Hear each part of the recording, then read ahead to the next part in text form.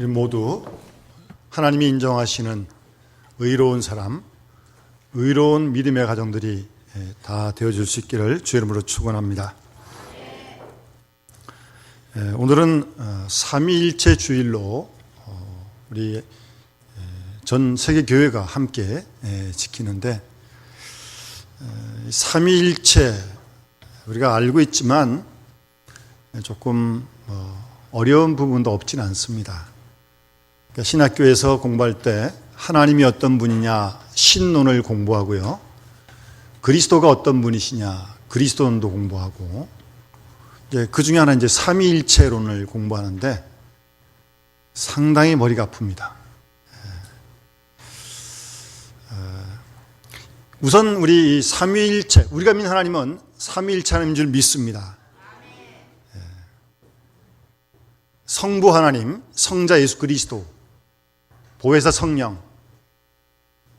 그런데 이 세 분이 또 하나이십니다.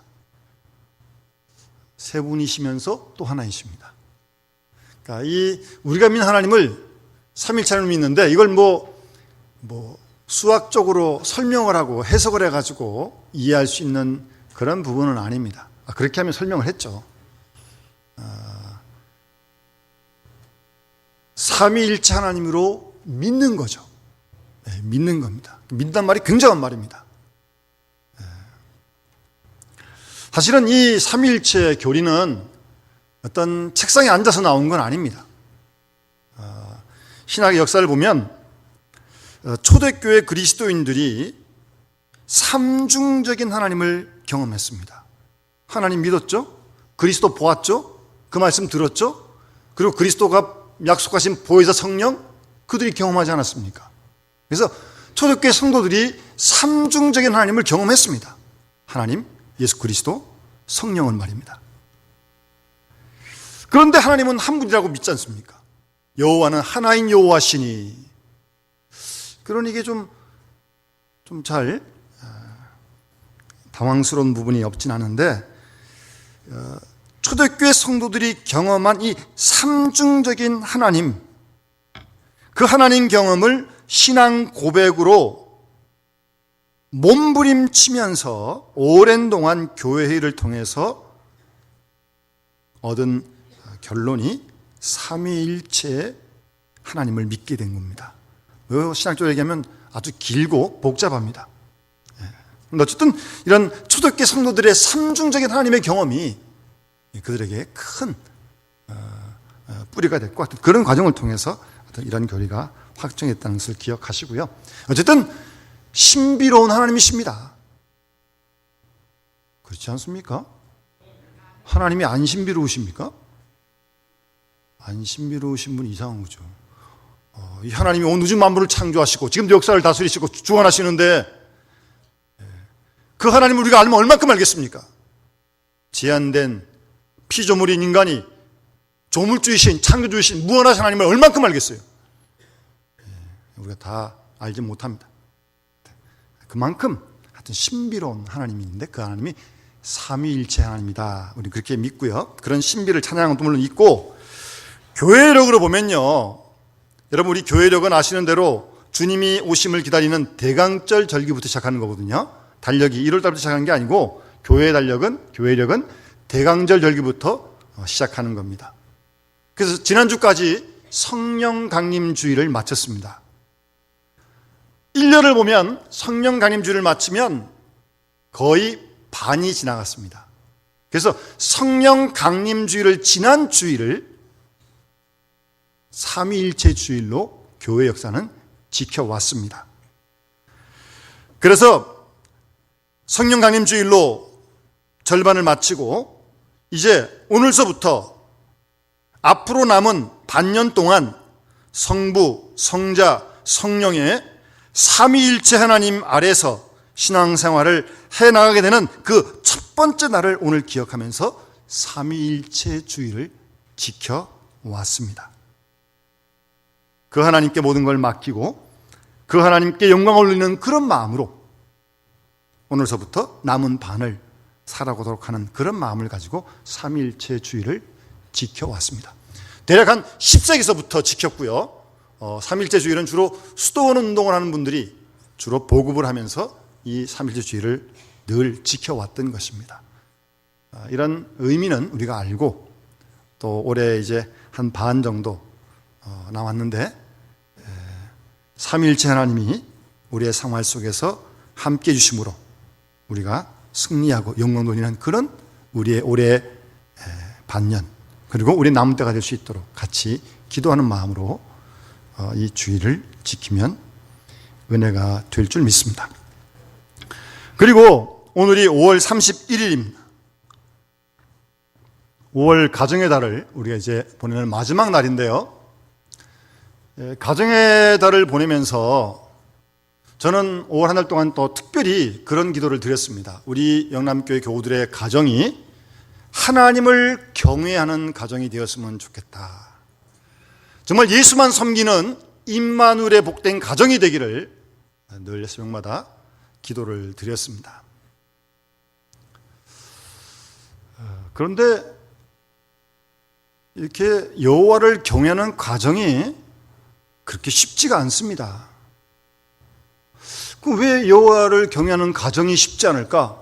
쉽게 생각해서 여호와를 경외하는 사람이 많지 않습니다. 여러분 어떻게 생각하십니까? 여호와를 경외하는 사람이 많지 않으니까 여호와를 경외하는 가정도 드물게 되는 것이고 여호와를 경외하는 교회도 힘들어지는 거죠. 그렇지 않습니까? 여호와를 경외하는 사람이 참 드뭅니다. 드물어요. 쉽지가 않습니다. 시편 12편 보면 시편 기자는 이렇게 하나님께 기도를 드립니다. 여호와여 도와주십시오. 경건한 자가 끊어지고 있고 충실한 사람이 인생 중에 없어지고 있습니다. 무슨 건강을 달라, 물질을 달라, 무슨 명예를 달라, 권력을 달라 그런 거 아니에요. 경건한 사람이 끊어지고 있고 충실한 사람이 인생 중에 없어지는 것, 하나님 그걸 좀 도와달라는 거예요. 저는 언제부턴가 이 시편 12편 1절의 이 말씀이 정말 저의 기도가 되었고 우리가 함께 기도해야 할 기도 제목이라고 저는 그렇게 믿어왔습니다. 아까 우리 장로님 청년들을 위해서 늘 기도하셨습니다만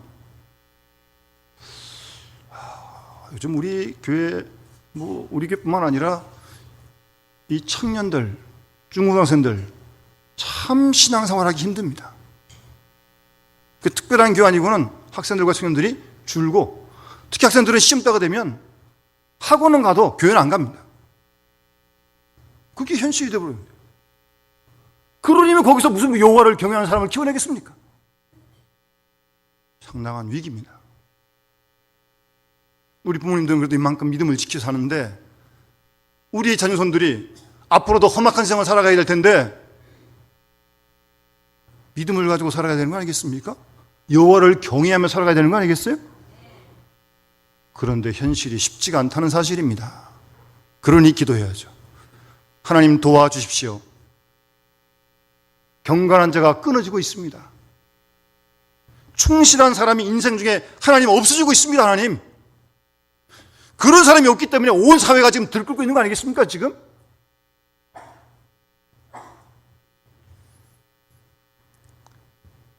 경건한 사람이 끊어지고 충실한 자들이 인생 중에 없어지니까 여호와를 경외하는 가정 쉽지 않고요.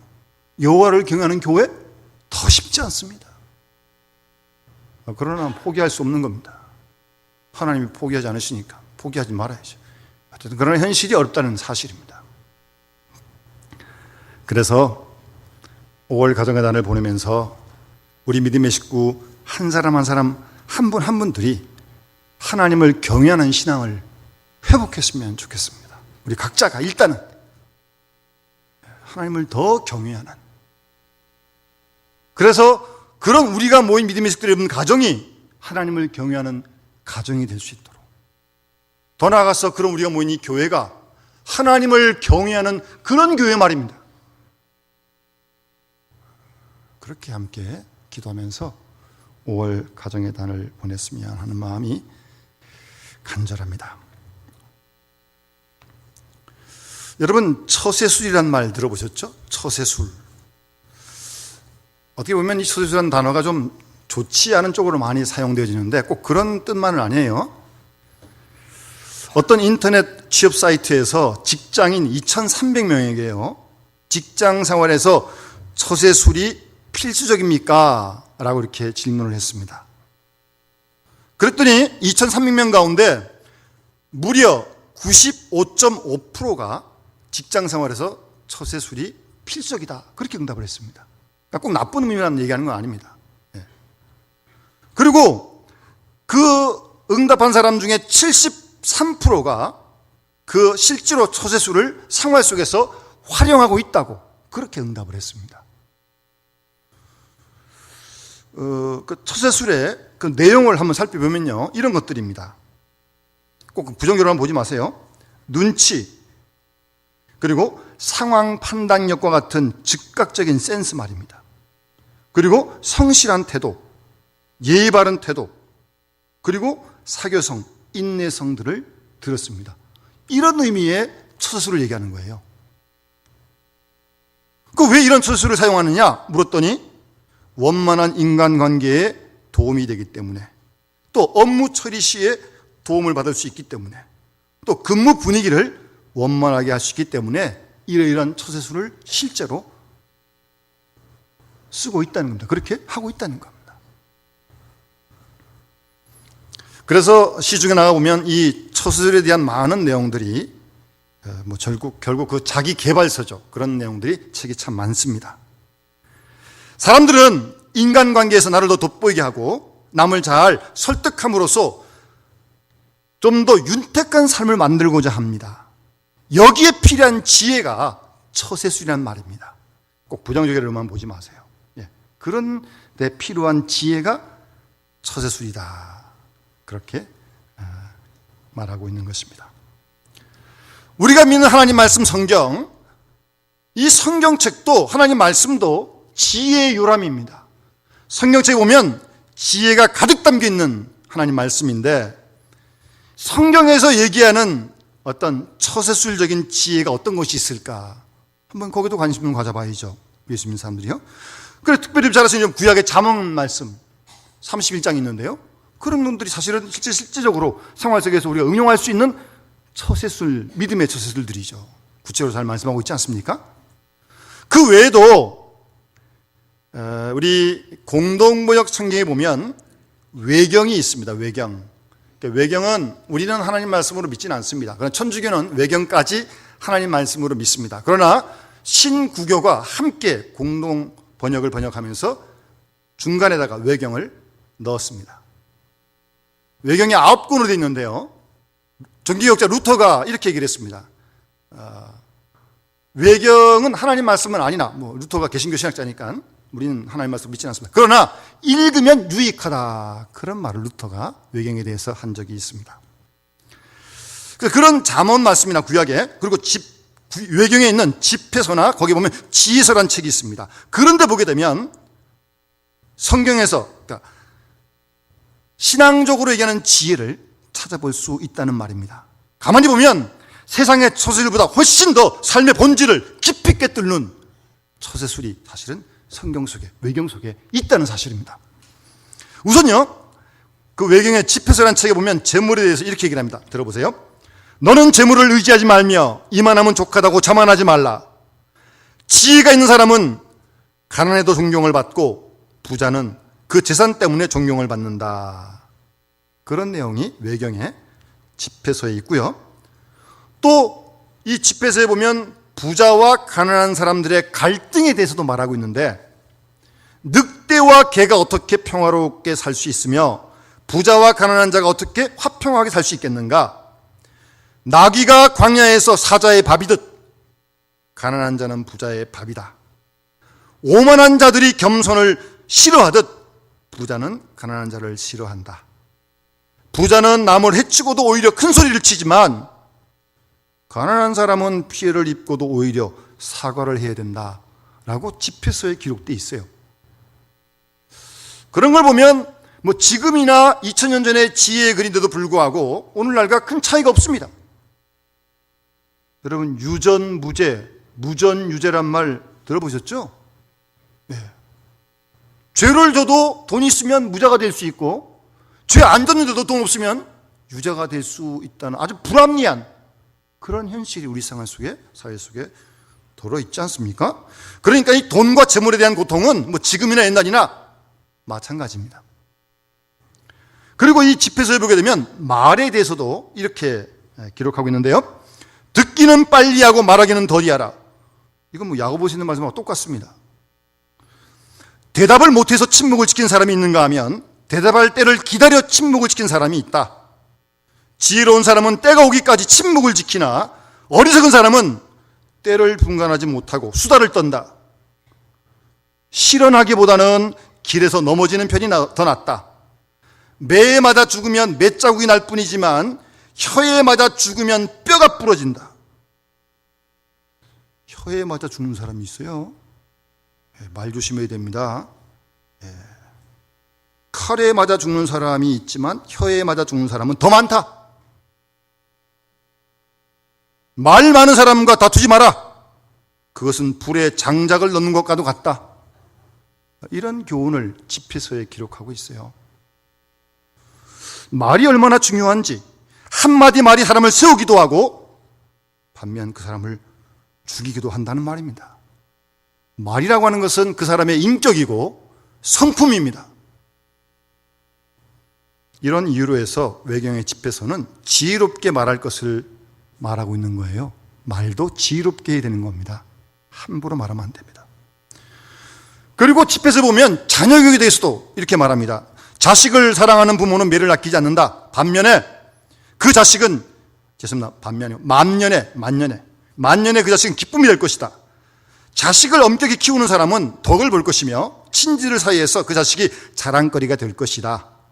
그러면서 길들이지 않는 말은 사나워지고 제멋대로 자란 자식은 방자해진다.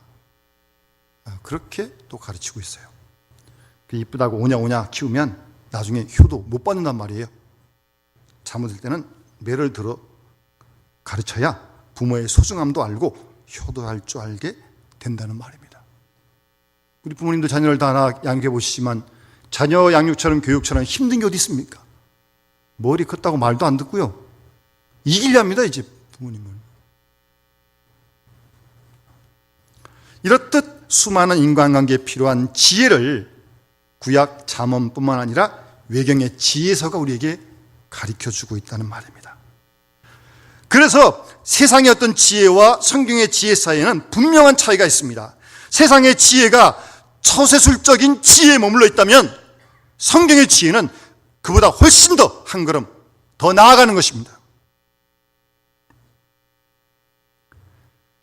그래서 우리가 잘 아는 대로 잠언 9장 10절 말씀에 보면 여호와를 경외하는 것이 지혜의 근본이다, 그렇게 말씀합니다. 여호와를 경외하는 것이 지혜의 근본이라고요. 그러니까 하나님을 경외하는 그 사람에게 하나님께서 지혜를 주신다는 말씀이에요. 그 외경의 집회서에 보면요, 그 친구 사이 우적에 대해서도 이렇게 말한 바가 있습니다. 어떤 친구는 너의 식탁에는 잘 와서 앉으나 내가 불안하게 되면 너를 버린다. 내가 잘 살 때는 내 집을 자기 집처럼 여기고 내 하인들도 마음대로 부리다가 내가 망하게 되면 등을 돌려 내 옆에서 자취를 감춰버린다. 그런 말이 있어요. 사실 그렇지 않습니까? 뭐 부자가 좀 뭘 잘 되면 옆에서 막 그냥 그러다가 조금 어려지면 다 떠나고 맙니다. 그게 세상 친구들이에요. 그러면서 이 집회서에 보면요, 성실한 친구에 대해서 말하는데, 성실한 친구는 안전한 피난처요, 그런 친구를 가진 것은 보화를 가진 것과 같다. 성실한 친구는 무엇과도 비교할 수 없으며 그 우정을 값으로 따질 수 없다. 그렇죠?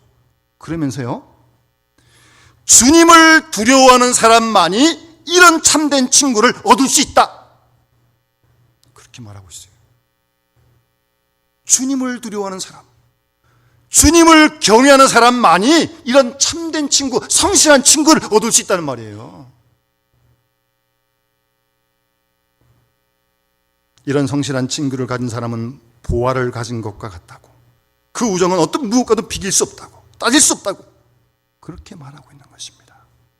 그런 성실한 친구 얻고 싶지 않습니까? 어떻게 그런 친구를 얻어요? 주님을 두려워하는 사람, 하나님을 경외하는 사람,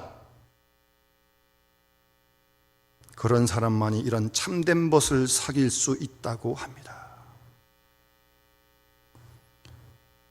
결혼에 대해서도 말하고 있어요. 이 집회에서 보게 되면요, 우리가 성경에 나온 내용보다 좀 더 구체적인데, 보세요. 고약한 아내와 함께 살기보다는 사자나 공룡과 함께 사는 편이 차라리 낫다. 아주 표현을 아주 노골적으로 절대 제가 여성을 폄하하는 말 아닙니다. 저는 읽을 때 이렇게 읽었습니다. 아내만 고약한 사람이 있습니까? 남편도 고약한 사람이 있는 거지. 고약한 남편과 사는 것보다는 차라리 사자와 공룡과 함께 사는 편이 낫다. 그렇게도 읽으셔야지. 어쨌든 고약한 아내, 고약한 남편과 살기보다는 사자와 공룡과 함께 사는 게 훨씬 더 낫다는 겁니다. 그러면서 세상에 악처보다 더 고약한 것이 있으랴. 죄인들이 받을 보상은 이런 여자를 아내로 맞는 것이다. 또 이런 여자는 죄인들이 받는 보상이랍니다. 또 그러면서 훌륭한 아내를 가진 사람은 행복하다. 그는 곱절은 오래 살리라. 행복한 아내를, 훌륭한 아내를 가진 남편은 곱절은 오래 산답니다. 곱절은. 좋은 아내는 큰 축복이다. 그러면서 하나님에 대한 내용도 있는데요, 주를 두려워하는 사람들이 이러한 복을 받는다. 아내의 복, 남편의 복도 주님을 두려워하는 자가 이런 복을 받는다는 겁니다. 친구도 마찬가지고요. 똑같은 표현은 아니지만 잠언에도 이 비슷한 표현은 있습니다. 말이 적은 아내는 주님의 선물이며 교양 있는 아내는 돈으로 살 수 없다. 남편도 그렇게 적용하셔야 돼요. 여자만 안 되고. 말이 적은 남편은 주님의 선물입니다. 교양 있는 아내는 돈으로 살 수 없고요. 그 다음에 정숙한 아내는 더할 바 없는 매력을 갖고 있다. 그래서 그 정결함이 어떤 저울로도 잴 수가 없다. 그리고 살림살이를 알뜰하게 한 좋은 아내는 주님의 산에 떠오르는 태양처럼 아름답다. 그런 내용이 집회서의 외경에 기록되어져 있습니다. 가정, 부모, 자녀, 부부관계에서도 하나님의 도우심과 이끄심을 경험할 수 있고, 앞에서 얘기한 이런 축복은 하나님을 경외할 때에 주어진다고 말하고 있는 겁니다. 우리 모든 삶의 자리에서 하나님을 높이고 하나님을 영예롭게 하고 하나님을 사랑하고 두려워할 때 믿음의 지혜가 풍성해진다는 말입니다. 구약 시편과 잠언과 이 외경에서 얘기한 이런 내용들처럼 말입니다. 그래서 하나님을 경외하는 것이 지혜의 근본이라고 그렇게 말씀하고 있습니다. 하나님께서는 지혜로 우주 만물을 창조하시고 그리고 인간을 하나님의 형상대로 지으셨습니다. 따라서 인간은 그 하나님을 경외할 때 세상 가운데 감추어진 하나님의 비밀과 지혜를 얻게 된다는 말이에요. 하나님을 인정할 때 하나님의 비밀과 지혜를 들을 수 있고 가슴으로 느낄 수 있습니다. 하나님을 사랑하면 하나님의 비밀을 깨닫기 시작하는 것입니다. 그래서 유대인 학자인 아브라함, 요수아, 헤셀이라는 분은 이렇게 말을 합니다. 지혜에 이르는 유일한 길이 있다. 그것은 하나님을 경외하는 것이다. 분명하게 말합니다. 하나님을 향하여 놀라운 마음을 잃어버리는 때에, 그래서 헛된 자만심으로 인하여 하나님을 우러러보는 마음이 들지 않을 때 우주는 당신 앞에 하나의 시장터가 되고 만다. 경외의 상실이야말로 바르게 보는 것을 가로막는 가장 큰 장애물이다.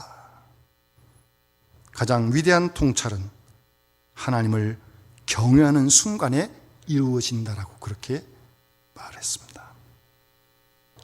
여러분, 하나님을 경외할 줄 알아야 합니다. 하나님을 경외할 줄 알아야 합니다. 교회에서만 그러는 게 아닙니다. 가정에서, 직장에서, 생활 속에 나가서 순간순간 하나님을 경외하는 것이 우리 그리스도인의 본분인 줄 믿습니다. 그래서 이스라엘 사람들은 하나님 믿는 것도 물론 중요하지만 믿는 것보다 더 중요한 것은 하나님을 경외하는 거라는 거예요. 먼저 하나님을 경외할 줄 알아야 신앙도 생기고 하나님을 향해 온전히 예배를 드릴 수 있으며 하나님께 진실하게 순종할 수 있는 겁니다. 말을 뒤집으면 왜 하나님 말씀에 순종하지 않습니까? 뭐 복잡한 거 없습니다. 하나님을 경외하지 않으니까 그러는 거죠. 이유는 딱 한 가지입니다. 정말 경외하는 마음이 있다면 이 한 말 한 말씀을 얼마나 소중히 여기겠습니까? 그렇게 경외하는 마음이 없으니까 말씀을 불순종하고도 아무런 양심의 가책도 없는 그런 지경에 떨어지고 마는 것입니다. 하나님을 경외하는 것이 인생의 근본입니다. 그래서 전도서 마지막 결론에 보게 되면 하나님을 경외하고 그의 명령을 지킬지어다 이것이 사람의 본분이다 그렇게 말씀하고 있습니다. 하나님을 경외하고 높이고 사랑하고 두려워하며 그 말씀을 순종하는 것이 인생의 본분이라니까요. 그것이 성경이 우리에게 말씀하시는 내용입니다. 그럴 때 하나님께서 지혜를 주시겠다는 말씀입니다. 그래서 오늘 여기 골로새서 2장 말씀에는 사도 바울이 하나님의 비밀인 그리스도를 깨닫게 하려 한다 그러면서 그 안에 그리스도 안에는 지혜와 지식의 모든 보화가 감춰 있다는 겁니다. 그리스도 안에 지혜와 보화의 모든 것이 감추어져 있다 그렇게 말씀하고 있습니다. 여러분, 우리가 주님을 가만히 믿음의 눈으로 바라보면 정말 우리가 그런 표현을 잘 안 쓰지만 예수님은 하나님을 경외하는 그런 삶을 사신 거 아니겠습니까? 그러니까 어찌든지 하나님의 뜻만 이루어드린 거 아닙니까? 그리고 예수님은 사랑의 삶을 사신 거 아닙니까? 사람을 사랑하며 섬기신 분 아닙니까? 그 예수 그리스도 안에 하나님의 지혜의 보물이 다 들어있단 말씀입니다. 하나님을 경외하고 온 세계를 바라볼 줄 아는 사람을 소중히 여기고 사랑할 줄 아는 그 삶이 지혜자에게 주어지는 하나님의 선물이며 특권이라는 사실입니다.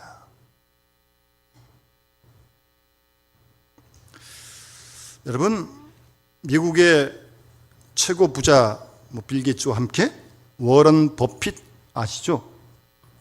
잘 아시죠? 여러분, 그 사람하고 점심 약속이 경매에 붙여졌습니다. 얼마인 줄 아십니까?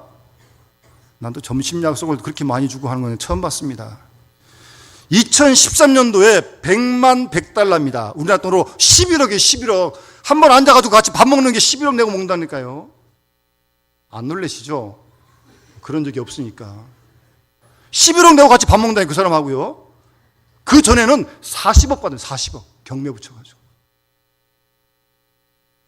40억을 주고 그래도 그 사람과 같이 밥 먹으면서 얘기하고 싶어 하는 거예요.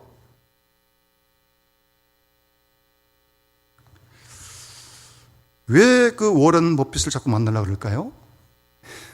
주식의 규제니까 한번 자기도 잘 이렇게 배워가지고 어떻게 좀 해보려고 그런 거예요. 그래 11억도 안 아깝고 40억도 안 아까운 거예요. 정말 돈 많이 듭니다. 여러분, 예수님하고 점심 식사하면 얼마 들까요? 예, 무료입니다, 무료. 여러분 드실 때 그냥 주님 초청하시면 돼요. 10억, 40억 들 필요가 없습니다. 얼마나 고맙습니까? 무료라니까요. 그리고 11억, 40억 내고 버핏하고 얘기한 사람이 밥만 먹고 끝나겠습니까? 밥 먹으면서 자꾸 물어봐야죠. 그 사람한테 어떻게 되는지, 뭐가 올라가는지 자꾸 물어봐야죠. 우리도 주님하고 만나면서 주님께 뭘 물어봐야죠. 이거 어떻게 됩니까? 이게 뭐가 옳습니까? 물어봐야죠. 자꾸 물어봐야죠. 그럴 때 지혜자이신 주님께서 우리에게 구체적으로 필요한 내용들을 순간순간 말씀해 주실 줄 믿습니다. 우리를 사랑하시니까요. 우리 모두를 사랑하시니까요. 왜 성경을 우리가 읽습니까? 주님이 어떤 분인지 알아야 하기 때문입니다. 왜 기도합니까? 주님하고 대화하기 위해서 그러는 거 아니겠습니까? 주님과 더 가까워지기 위해서 말씀도 보고 기도하는 거 아니겠습니까? 그래서 주님 안에 있는 지혜와 지식의 그 보화를 우리도 받아서 누릴 수 있도록 이렇게 기도해야 합니다. 주님 사랑합니다. 제가 주님과 함께 거하길 원합니다. 주님의 지식과 지혜를 저에게 허락해 주십시오. 그렇게 기도하며 주 앞에 나아갈 때 주께서 우리를 만나주시고 주님 안에 있는 그 지혜를 때를 따라 우리에게 공급해 주실 줄 분명히 믿습니다. 그 지혜를 공급받아서 자유함을 누리며 그 지혜로 하나님을 경외하는 겁니다. 그럴 때 시편 128편을 보면 하나님께 놀라운 축복을 약속하십니다. 여호와를 경외하는 자에게 하나님께서 엄청난 복을 약속하고 계세요. 우리 모두 주님께 지혜를 구하여 그 지혜로 하나님을 높이고 경외하는 가운데 주님 약속하신 시편 128편의 놀라운 축복을 우리 모두 다 함께 받아 누리는 우리와 모든 가정과 교회가 되어줄 수 있기를 주의 이름으로 축원합니다. 우리 찬송가 540장 함께 우리 찬양 부르면서 봉헌하겠습니다.